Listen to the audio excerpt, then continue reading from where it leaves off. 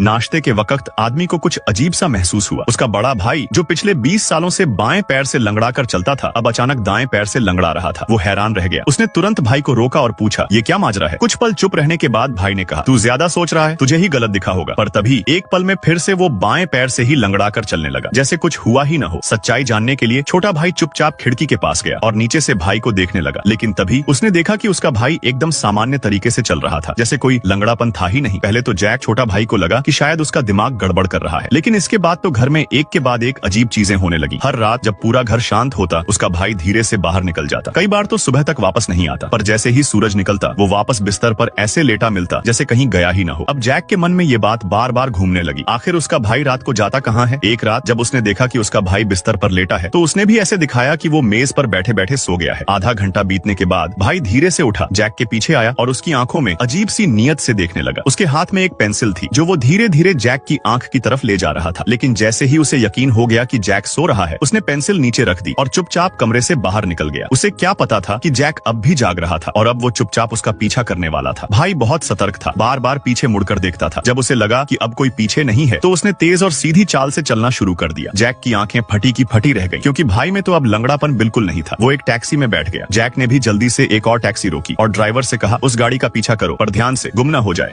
और फिर video like करने पर पार्ट 2 मिल जाएगा।